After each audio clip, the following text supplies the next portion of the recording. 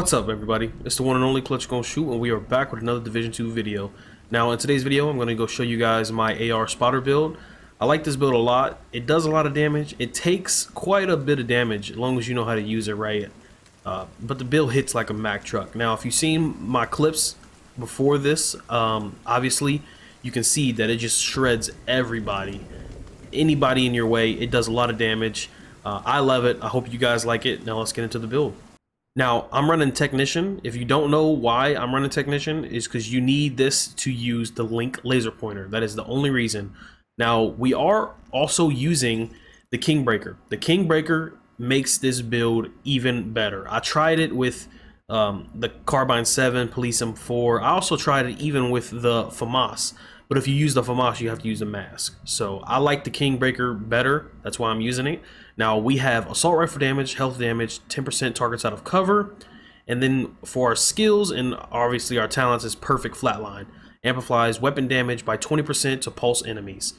This is easy to get, right? Only because you have this Link laser pointer, which you can get from using Technician. Now on our mods, we have crit chance, reload speed, and another crit chance. This gun is one of the best guns to use with a spotter build, hands down. Now for our secondary, we're using a sniper. I like to snipe people. That is the only reason. You don't have to use a sniper. If you've seen any of my previous videos, you guys know I always use a sniper. It is mandatory in any of my loadouts. I always put a sniper on. For my pistol, I have a Card 45. Nothing really major, just Optimus, targets out of cover. Nothing pretty much. Now for my mask, I am using a Coyotes mask with crit chance, crit damage mod. Coyotes is also really good because you get extra crit damage depending on what range you fight in. Whenever I'm fighting people, I'm really in between either 5 to 10 meters, you know, if I'm fighting close up. That's why I like to use Coyotes. Plus, it helps your teammates. So Coyotes is a must in PvP. Use it. If you're not using it, have a friend use it. You guys do more damage. It is a smart thing to use. Now for my chest piece, I'm using a Fenrir's chest piece to get that 10% assault rifle damage. That's really good. Now on this piece, we have armor, crit damage, crit chance, critical hit damage mod, and then spotter. I love this piece a lot. It took me a while to get a spotter with that I can roll blue on. You see I optimized it. It took me a while. Thankfully I got it. I like it a lot. I'm using spotter over perfect spotter. I chose to use spotter for a specific reason because with this build, it hit a little bit harder the way that I play and how I like to move around and push people. That's why I'm using regular spotter and not perfect spotter. Now for my holster, I'm using a Seska holster just to get that 10% critical hit chance. We need to max out our critical hit chance. Now on this piece, we have crit damage, crit chance, armor rolled on the core attribute just to help us survive a little bit longer. As you can see, we're running 1.7 million armor. 1.7, anywhere between 1.5 to 1.7 and up is pretty good. Especially in PvP, when you're fighting servers, you need to be able to survive. If you can't survive in a team, you're a liability. Now, on the knee pads, we're running Fox Prayers, so we can get that damage to targets out of cover. That is really good. We're also running critical hit damage and then armor rolled on the core attribute, just so we can stay alive a little bit longer than what we normally do. Now, for our gloves, we're running Contractor's gloves with damage to armor, critical hit damage, and then armor rolled on the core attribute. Contractor's gloves and Fox Prayers are one of the best two combinations that you can put on any build because you do more damage than anything else. I tested this build without using contractors and Fox Prayers. Trust me, keep them on. You need to keep them on to do more damage, basically. I would personally keep them on. Now for my backpack, I am using a Matador. Thanks to my boy Sauce. He gave me this Matador, I want to say this weekend, and I optimized it as much as I could to max it out. Now this has crit damage, crit chance, critical hit chance mod with armor rolled on the core attribute. I was so happy when he got this. He helped me out a lot getting a perfect Matador because perfect Adrenaline Rush. I wanted one so bad for this build.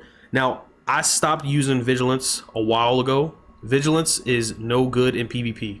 Why do I say that? Because when you are playing Division, who shoots first? You or somebody else that's shooting you in the back?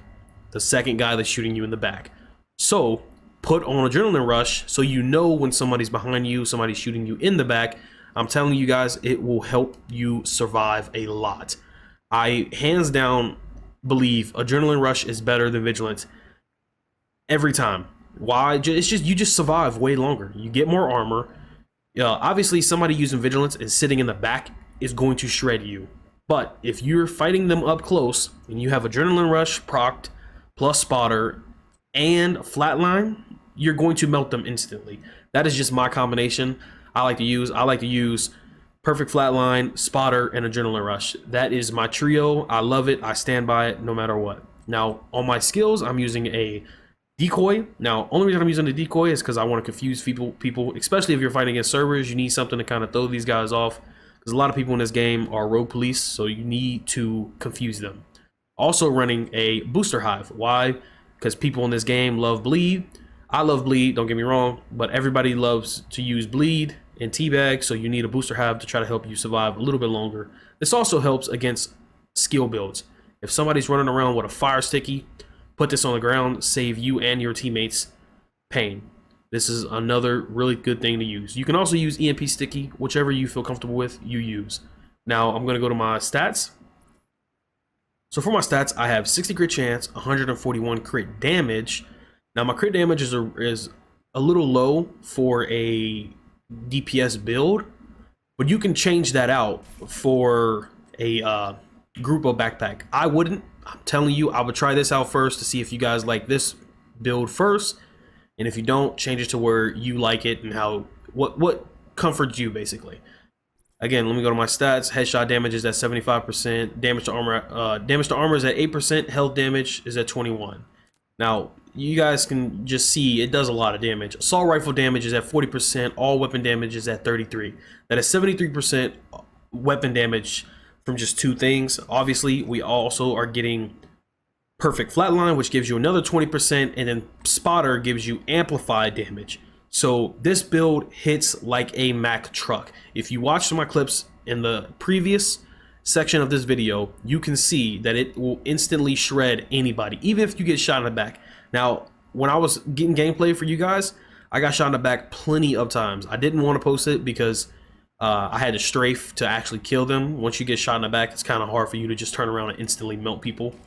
But this build hits like a Mack truck. I hope you guys can try it out. If you do try it out and you like it, make sure to leave a thumbs up, thumbs down if you don't like it, and let me know if you guys have any questions or concerns about the build.